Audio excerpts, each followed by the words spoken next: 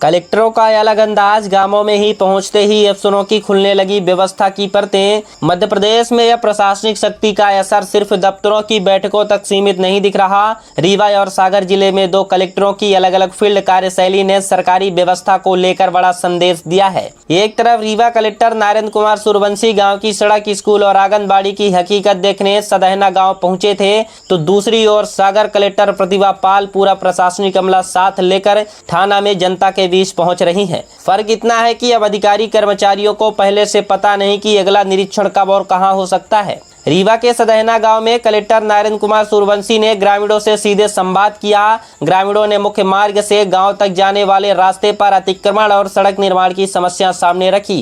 Collector ने मौके पर ही एसडीएम सिरमौर और जनपद पंचायत के सीईओ को सड़क से अतिक्रमण हटाने तथा मार्ग में सुधार के निर्देश दिए।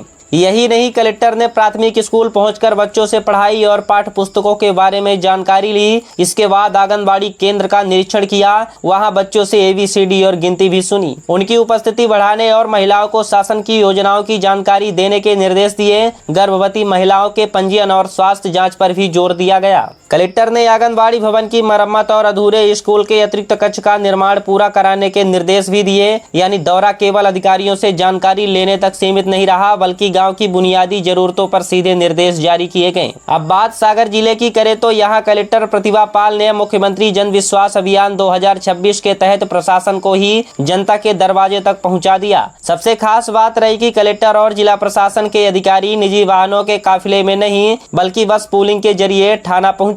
यह व्यवस्था प्रशासनिक सादगी, ईंधन बचत और सामूहिक जिम्मेदारी का संदेश देती नजर आई। थाना में आयोजित विशाल जनसंवाद एवं समस्या निवारण शिविर में 236 आवेदन प्राप्त हुए। इनमें से 80 शिकायतों का मौके पर ही निराकरण किया गया, जबकि 156 आवेदनों को समय सीमा में निराकरण के लिए संबंधित विभागों को भेजा गया। ग्रामीणों के लिए सबसे बड़ी राहत यही रही कि उन्हें अपनी समस्या लेकर बार बार जिला मुख्यालय तक आने की जरूरत नहीं पड़ी। कलेक्टर प्रतिभा पाल ने थाना स्थित अनुसूचित जाति सीनियर बालक छात्रावास का भी औचक निरीक्षण किया। रसोई, भोजन, पानी और साफ सफाई की व्यवस्था जांची गई। उन्होंने छात्रावास की सभी 50 सीटें भरने, नामांकित विद्यार्थियों की नियमित उपस्थिति सुनिश्चित करने और बच्चों को स्वच्छ वातावरण तथा पौष्टिक भोजन उपलब्ध कराने के निर्देश दिए। यहाँ सवाल केवल निरीक्षण का नहीं है, सवाल यह है कि सरकारी व्यवस्थाएं कागजों पर जितनी ठीक दिखाई देती है, क्या जमीन पर भी उतनी ही मजबूत है। औचक निरीक्षण इसी अंतर को पकड़ने का सबसे प्रभावी तरीका बन सकता है। जब अधिकारी बिना पूर्व सूचना गाँव, स्कूल, छात्रावास, आंगनबाड़ी या निर्माण स्थल पर पहुँचते हैं,